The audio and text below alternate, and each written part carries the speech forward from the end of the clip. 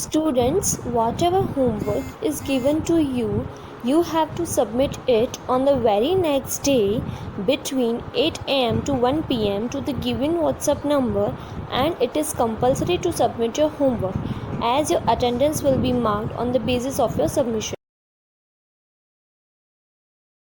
Hello students, today I am going to start a new topic of chapter number 7, relation between planning and controlling.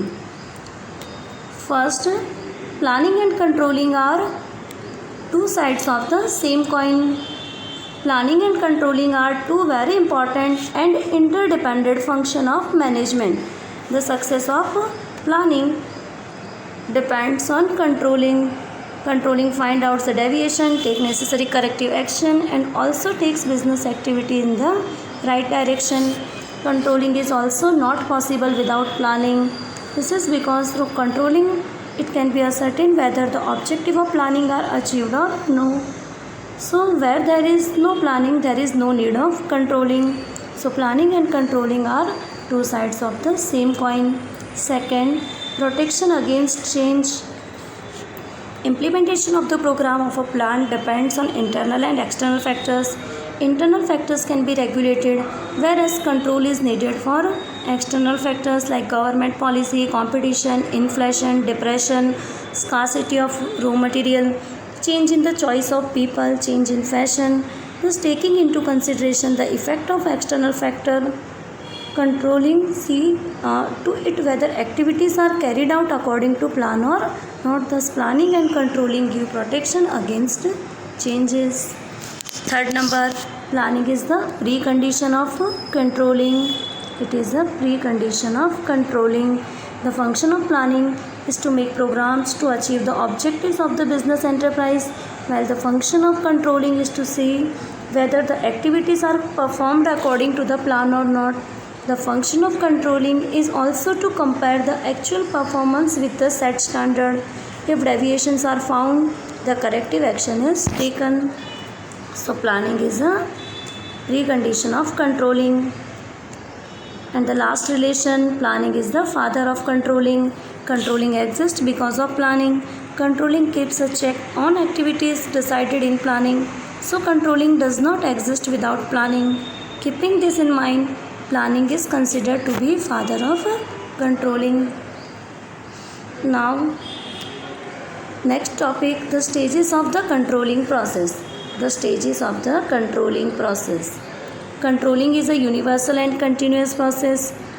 Each business enterprise has its own specialities, so controlling process cannot be the same for all organizations. Still, there are certain common stages of controlling which are as follows.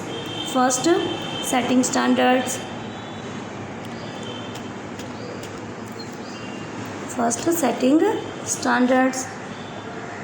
Controlling process starts with the establishment of standards, and standards are measures of efficiency. In this, the actual performance is compared and evaluated. The basis of controlling is predefined standards. Controlling sees to it whether activities are carried out in the organization according to this set standards or not. These standards can be qualitative or quantitative. Which type of standards are there? Maybe quantitative and qualitative. The standards should be such that they can be understood by those who have to achieve them. The standards include physical, cost price, income, capital. Over and above this, standards can be profit target, production targets, cost targets. Standards may be of long term or short term. Standards are decided at the top level management.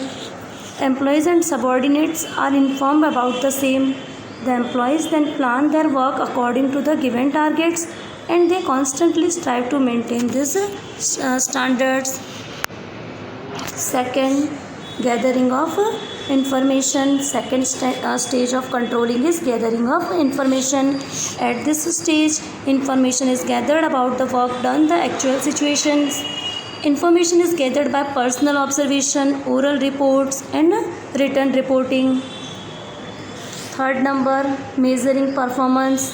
Performance is to be measured to find out whether activity have been undertaken according to the set standards.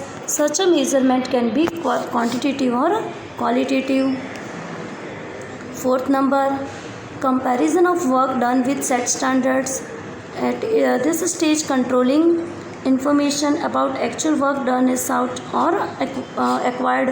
After that, it is compared with the set standards.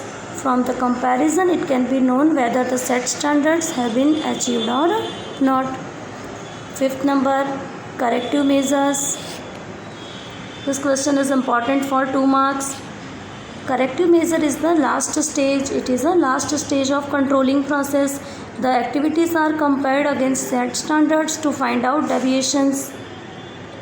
If deviations are found out, necessary corrective measures can be taken. Any of the following 3 measures can be taken. First, no change in the condition. No corrective measures is to be taken when deviations are and to be normal or acceptable as compared to set standards. Means there is no change in the condition. If deviations are normal and acceptable, then there is no change in condition.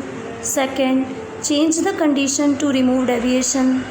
If deviation from actual performance is more when compared to set standard, such deviations are to be examined and necessary corrective measures is to be taken. It means when deviations are abnormal, then change the condition to remove this deviation. Third number, change the condition and establish new and fresh standards. Change the condition and establish new standards. When the established standards are not attained continuously, it means they are extraordinarily high and a change has become essential. In such a situation, fresh or new standards are to be set by making required changes.